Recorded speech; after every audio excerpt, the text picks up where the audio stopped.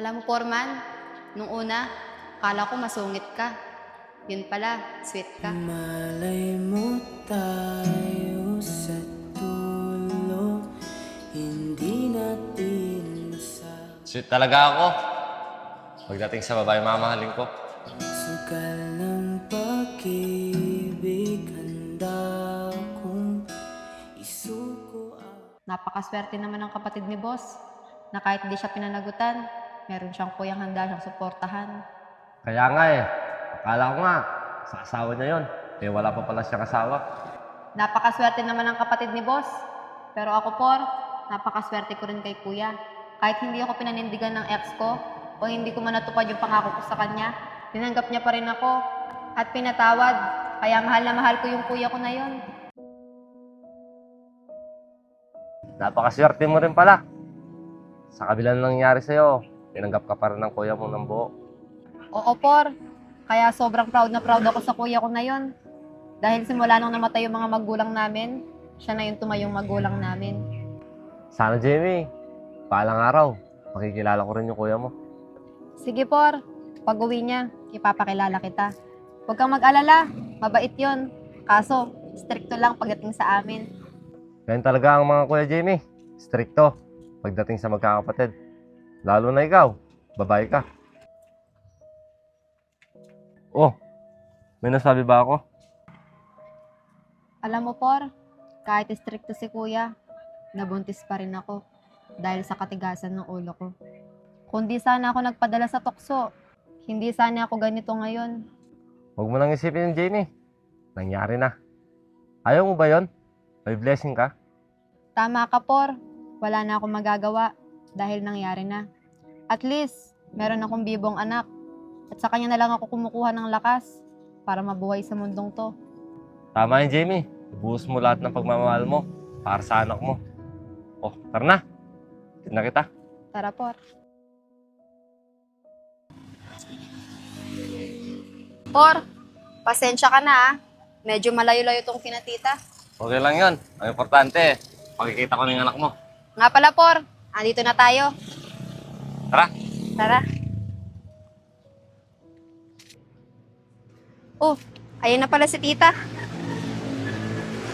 Tita, kunin ko na po si Calix. Nasa kwarto siya natutulog. Ganun po ba? Nga po pala, tita. Maraming salamat po sa pagbabantay ulit sa kanya. Wala yung Jamie. Nga pala, Jamie. Kayo na ba ni Foreman? Hindi po, tita. Pero Jamie, kung ako sa'yo, buksan mo uli yung puso mo. Huwag mo na lang hayaan na matulog na lang yan. Dahil bata ka pa. Opo, tita. Sana hindi na lang po maulit yung nangyari sa akin noon. Tiwala lang, Jamie. Foreman, maraming salamat sa pag-aalaga mo sa pamangkin ko. Sana kung maging man kayo, ingatan mo siya. Tita naman, nakakahiya naman kay Foreman. Opo, tita. Pinapangako po.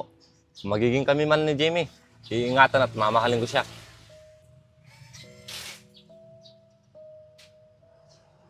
Oh, narinig mo yun, Jamie. Bibigyan ko po ulit, tita, ng kulay yung madilim niyang nakaraan.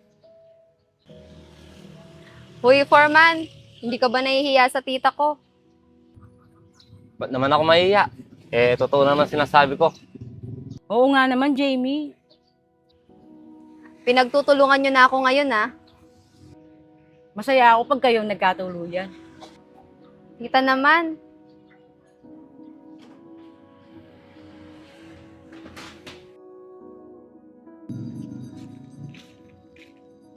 Foreman, Ano yan, Jamie? maraming salamat ah. Dahil simula nung nakilala kita, unti-unti nang bumalik ang kulay ng buhay ko. Feeling ko, pagkasama kita, palagi akong ligtas. At sa tuwing kasama kita, masaya ako. Foreman, maraming salamat dahil palagi kang nandyan. At oo, hindi na ako magpapaligoy-ligoy pa. Nagugustuhan na kita. Talaga ba, Jamie? Hindi ka ba nagbibiro? Oo, For. malay mo tayo sa dulo. Hindi mo alam kung gaano mo ako pinasaya. Hindi ko sasayangin yan. Pero For, meron lang problema. Ano na naman problema, Jamie? Papasok na naman kasi ako sa relasyon na hindi alam ng kuya ko. Mula kasi nang hindi ako pinanagutan ng ex ko, kitang-kita ko sa mukha ni kuya. Ang galit at paghihinayang sa akin, kaso hindi lang niya ako matiis dahil kapatid niya ako. Jamie, sabi ko naman sa'yo, respeto ko lahat ng desisyon mo.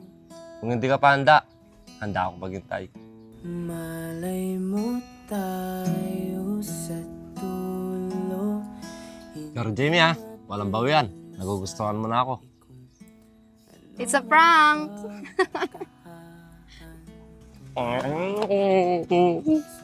Oo na, 4. Hindi ko nababawiin yun. Yes! Yes! Gusto na ako ni Jamie! Gusto na ako ni Jamie!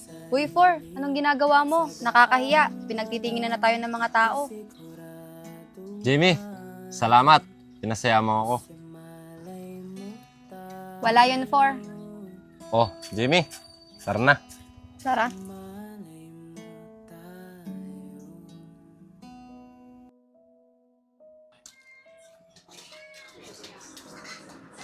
O, Insan!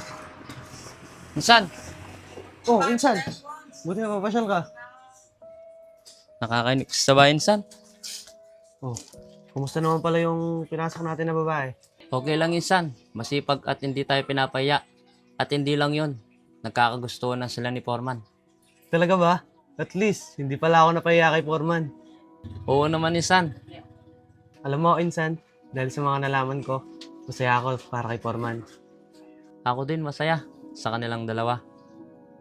Hindi lang kasi yon, Insan. Alam mo, may ka-live-in din dati si Foreman. Kaso, namatay. Kaya, simula nun, hindi na namin nakitang tumawa si Foreman. Malungkot din pala ang buhay ni Foreman.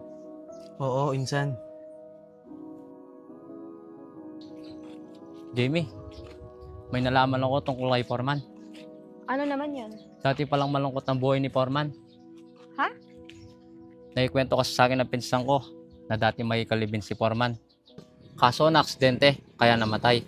Simula noon, naging malungkot si Foreman. Kawawa naman siya. Pero alam mo, simula nung dumating ka, lagi na siyang masaya. Tara na, Lloyd.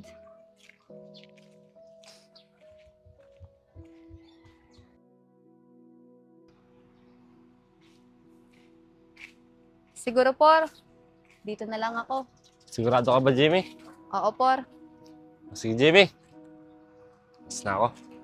Teka, Por. Ano naman yun, Jamie? Meron kasing naikwento sa akin si Lloyd. Sinabi daw ng pinsan niya. Sino? Si Dep-Dep? Oo, Por. Ang ano? Meron ka daw kalibin noon. Kaso na-aksidente at namatay. Oo. Tama nga yung sinasabi nila. Meron nga akong kalibin dati. Kaso, namatay siya. Alam mo ba nung nagkabungguhan tayo? Yun yung araw na namatay siya. Kaya nagmamadali ako noon. Nahanap niya ako.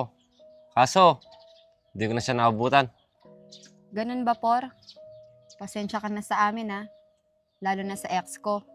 Dahil sa amin, hindi mo siya naabutan. Wala yung Jamie. Wala rin ako magagawa. Dahil nangyari na. Hindi ko na rin maibabalik. Bago pa lang pala, no, Por? Oo, Jamie. Sariwa pa. Pero kailangan tanggapin. Pasensya ka na, Por. Naalala mo na naman. Okay lang yun, Jamie. Oh, paano ba? Dito na ako. Sige, Por. Ingat ka. Mag-iingat ka rin.